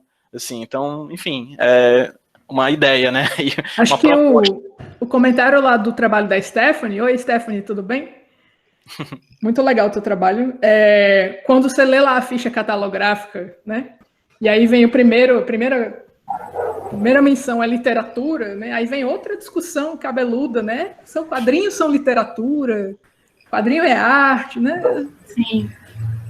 Por que não? Né? Assim, aí vem várias tensões, conceitos, né? Assim, acho que esse movimento inicial de estabelecimento de fronteiras e todos os campos vão atravessar, né? Como a gente está no campo, eu acho que sim, acho que agora sim o Paulo, né, pergunta se já é um campo estabelecido. Paulo perguntou isso. Talvez, uma boa discussão também, mas acho que já é mais estabelecido do que já foi há 20 anos, né? Acho que a gente já atravessou esse processo de maturação pelo qual passou os estudos do cinema no início, né? A própria literatura e por onde passam os games também, né? Acho que tem todos vão ter sempre um trabalho que tenta discutir esse tipo de coisa e acho que foram boas as discussões, bons tempos, mas eu acho que a gente já meio que resolveu isso. Já deu. O Alexandre pontuou de novo aqui, não é o caso, inclusive, da nossa convenção de professor dizer isso não é pertinente? Sim, concordo. Mas o meu interesse é dizer, aí o aluno vai dizer, por quê? Aí eu tô aqui, ó. Por causa disso. Bora adiante, bora pra frente, bora discutir outras coisas, bora discutir sobre representação do século XX em quadrinhos de um período de pessoas escravizadas no Brasil. Vamos discutir sobre realidade e ficção num quadrinho do Superman, da Mulher Maravilha. Bora adiante, bora adiante. Não precisa falar o que é quadrinho, todo mundo já sabe, bora adiante, né? Então, a ideia é essa, assim, acho que... E quando já sabe, e tem um momento que você olha e não sabe, acho que é aí que tá a questão. Não sabe porque... sabe o que é quadrinho, então se você não sabe o que você está lendo é porque você, de certa maneira, já tem um arcabouço teórico próprio de saber o que é história em quadrinhos e tal. Enfim, são questões para discutir. Acho que sala de aula, inclusive, talvez seja o espaço em que isso vale a pena ainda. Isso. Assim, bom. Trazer, até para ser confrontado com diversos materiais, entender, mas por que você acha que isso Exato. É quadrinhos? Né? O que te faz levar? E aí você começa a refletir, poxa, porque eu comprei na banca e estava escrito quadrinhos, tinha lá na ficha catalográfica. Então aqui eu tenho uma abordagem institucional, né? Como tem a teoria institucional da arte, né? Que diz arte é o que está no museu. Será que quadrinho é aquilo que está na prateleira que diz que é quadrinho? Né? Então, assim... Eu acho que esse é um movimento crítico, inclusive, Grace, que falta obras muito conceituadas como até o Desvendando os Quadrinhos, né? Do Cláudio, assim, enfim, acho pertinente ainda a discussão, mas eu acho que Posso levantar uma polêmica? Por favor. Não. A gente já superou o MacLeod também? Por favor.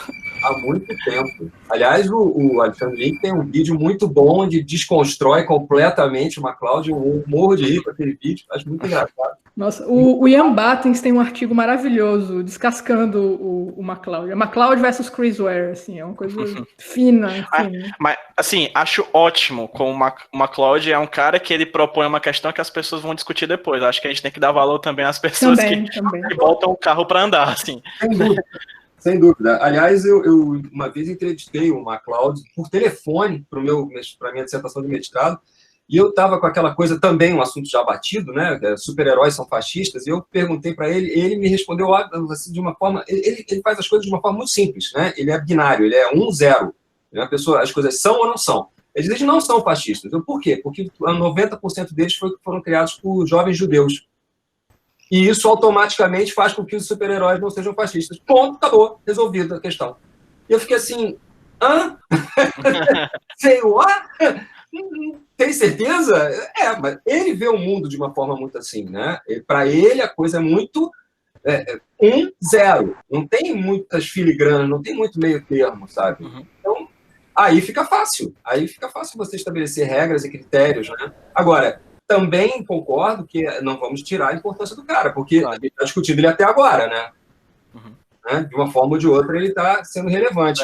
Agora, eu queria perguntar para a Stephanie e para o Travassos, assim, como vocês enxergam o impacto das obras que vocês estudaram no dia a dia? Quer dizer, vamos pegar essa história do Alex Ross lá, e do Paul Dini, da Liga da Justiça, dentro do nossa realidade aqui. Vocês acham que isso faz parte de uma espécie de zeitgeist, de uma espécie de preparação da sociedade para o que vem, para o que está acontecendo? Ou é meramente um retrato? Como é que vocês enxergam essa real importância no mundo físico, essa dicotomia? Ou no caso também esse super reconhecimento do Kumbi, né? Será que isso é sinal de alguma coisa? Que sinal é isso? É uma efetiva transformação? Né? Porque a gente tem a chacina de indígenas, a gente tem culpabilidade de indígenas pelo governo no poder, né? E, ao mesmo tempo, a gente tem obras de arte trazendo questionamento. Não, peraí, olha aqui, vamos resgatar o passado, vamos ver como é que é isso, como é que são, né? A questão dos quilombos e tal. O que é isso? É uma obra de resistência? É um retrato dos tempos? Ou é um pouco dos dois? Como é que é? O que isso passa para vocês? Quer falar primeiro? Por favor. Eu falo? Pode falar, Pode começar. Vai lá.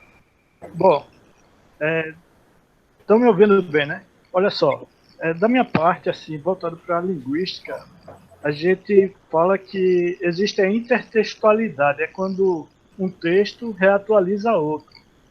Nesse caso que eu analisei, o curioso é que a história de ficção, ela meio que é premonitória, entendeu? Porque a gente está vivendo hoje. Aí acontece o seguinte, eu defendo que uma leitura crítica é muito importante nesse tipo de obra. Assim, porque ela é aberta para todo tipo de público. Claro que cada um vai ter seu nível de interpretação, de leitura. O que eu mostro nesse trabalho, as camadas, as dimensões de Verkov, é que você pode tirar vários tipos de mensagens de uma leitura dessa. Da mais inocente até a mais crítica, no caso. E você tem que saber associar com a realidade que você vive também. Por exemplo, ela tem a questão como gênero textual e discursivo. Ela é um texto, e quando a gente fala que é discursivo, é o contexto dele. E aí, se a gente for relacionar essa história em quadrinho americana, escrita no contexto dos Estados Unidos, veja como ela tem relação com o que a gente vive aqui no Brasil também. Tanto que, no final, eu mostro assim, os dados reais, né? Atuais, tanto dos Estados Unidos como do Brasil. Então, rapidamente, assim, eu só quero dizer que eu sou a favor de uma leitura cuidadosa desse tipo de obra e crítica também. Acho que a gente precisa trabalhar a questão do letramento, né? Ensinar as pessoas a lerem de uma forma diferente e também cada um ter a sua percepção na leitura. E aí a gente tem que respeitar a interpretação de cada um, mas também mostrar como você percebe as coisas, como pode ser também, uma possibilidade. É por aí que eu acho, mais ou menos. Pode, Stephanie. Eu acho que é um pouco dos dois, e roubando uma fala do Paulo Ramos no primeiro dia de aula, adaptando um pouco, ele diz que os quadrinhos não vão salvar a educação. Então, eu acho que os quadrinhos também não vão salvar o mundo, nem os quadrinhos, nem a literatura. É importante ter essa leitura crítica, e as obras tratando desses temas, é importante para que as pessoas também, talvez os quadrinhos sejam um primeiro contato, e aí elas passam a ir atrás de outros textos, coisas mais teóricas, mais profundas. Então, eu acho que é, sim, uma obra de resistência, mas eu também não acho que seja a salvação para o debate social, para o debate econômico. Eu acho que tem que ter essa leitura crítica também. Eu gosto do termo de obra de resistência. Acho que você define bem quando você coloca dessa forma, né? Especificamente no caso do Kumbi. Se bem que, no outro caso também, porque a gente vive numa fase anti-ciência. Então, qualquer obra que valorize conceitos científicos também é uma obra de resistência, né? Contra o obscurantismo, né? Nesse neo-obscurantismo que a gente vê galgando espaço por aí. Mas vocês teriam facilidade de apontar isso como uma linha, uma escola, uma tradição? Que outras obras antecederam o Kumbi? Que outras obras você consegue identificar como como raiz do Cumbi ali. Você acha que tem, Stephanie? Você acha que tem uma linha sucessória? Você acha que tem um crescendo? Eu acho que sim, eu acho que tem. Acho que a gente está começando a pegar esses temas e eles estão ficando mais relevantes. As pessoas estão buscando mais uma literatura negra, uma história em quadrinho feita por um quadrinista negro, também outros temas, seja em relação à comunidade LGBT, seja em relação ao feminismo. Esses temas estão, essas resistências estão muito em voga nesse momento. Há uma facilidade também de produção, mas o que me incomoda, assim, o que me causa uma certa espécie, é que tudo bem que é nicho e é um nicho muito vocal, né? Ok, mas será que isso realmente é transformador? Né? Eu sinto falta da transformação, né? Eu sinto falta do elemento transformador nisso. A gente tem uma arma nas mãos que é muito potente, que é culturalmente potente. Também não vai mudar a educação, como diz o Paulo, mas ela é efetiva. Sempre, historicamente, ela é efetiva. Como é que a gente pode potencializar isso? Porque o Cumbi ganhar prêmios e ter reconhecimento é efetivo dentro de uma casta social. Mas como é que a gente faz para quebrar essa bolha e fazer com que isso invada as outras classes e seja algo efetivamente relevante dentro da situação sociopolítica que a gente vive hoje? Essa que é a minha grande questão, entendeu? De onde a gente vê a gente pode ver os antecedentes disso e como isso pode ser realmente disponibilizado. Porque, vejam, nós temos uma linha de quadrinhos de direita que está super atuante por aí. E é super popular. Né? E sabe lidar muito bem com as redes sociais, sabe lidar muito bem com as questões populares, sabe cair no gosto do público. Minha questão é que eu queria ver o Cumbi no programa da Ana Maria Braga, sendo apresentado no programa da Ana Maria Braga, sabe? Esse é o meu ponto. E é isso que eu não vejo, ou pelo menos eu não percebo. É esse trilhar, o trilhar desse caminho, sabe? Você vê, eu não consigo, eu confesso que pode ser cegueira minha, mas eu não enxergo. Vocês enxergam? Vocês conseguem ver isso? Ou isso não existe mesmo? Eu acho que na grande mídia ainda não. São passos ainda... Está bem no começo disso. Mas eu acho que na internet já está muito mais presente. Na internet, essa mobilização, eu acho que é maior. Tanto em termos de divulgação, tanto em termos de discussão, de transformação. Eu acho que na internet é mais claro. Na grande mídia eu não vejo muita coisa, não. Pois é, porque... Eu não sei se o Cumbi chega, mas o Pantera Negra chega, sabe? E acho que com certeza. Dialogam, entendem? Acho que... Mas aí é o cinema. Então, veja, mesmo a direita já alcançou o cinema. O quadrinho de direita já foi adaptado para o cinema. Sim. Sabe? O quadrinho de esquerda, não. Então, a gente não tem Cumbi no projeto do Cumbi. Acho que tem, né? Nos Estados Unidos parece que estão pensando no roteiro de uma série. Né? Numa série. Ok, beleza. Na hora que virar isso, que acontecer isso, nós tivermos um Tropa de Elite viralizando, ok, eu vou ficar um pouquinho mais tranquilo. Mas, enquanto isso, eu vejo exatamente o contrário. É uma guetificação, é um afastamento, é um esforço absurdo, mas é um livro caro, né? É um livro que se vende em livraria ou na internet, mas vocês sabem que não é o mais comum. Eu tenho feito muito trabalho aqui com comunidade do Rio de Janeiro, e a gente sabe que o pessoal não usa computador, o pessoal usa celular, direto. Então, cadê os quadrinhos de celular de conscientização? Né? Tem sim, tem alguns relacionados a feminismo, etc., mas eu queria ver o Cumbi no celular, cara. Queremos. Eu quero ver o Cumbi na favela da Maré, cara.